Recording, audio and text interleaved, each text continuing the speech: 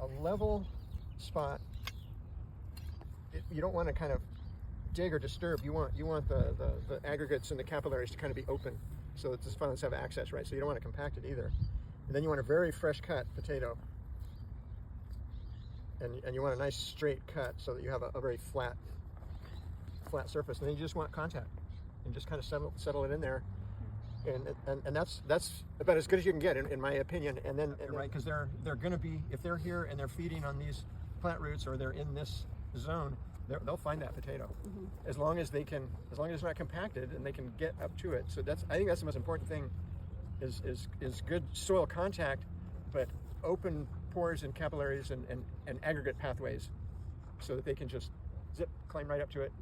And then you really kind of zone in, and you'll see if there's a bad infestation here, there'll be 10 Symphylans squirming around on that potato piece.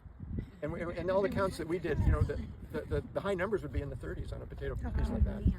Low numbers, if you see 1 or 2, it's like, oh, let's not worry about it. But when you see 30, it's like, oh, and you wouldn't see any weeds. And then cover that. I like to cover it. I should have brought one with me. We have these we use these really nice white flower pots, like growing pots that don't have any holes in the bottom of them. And about that big around. And it just makes a nice little tent that doesn't get super hot.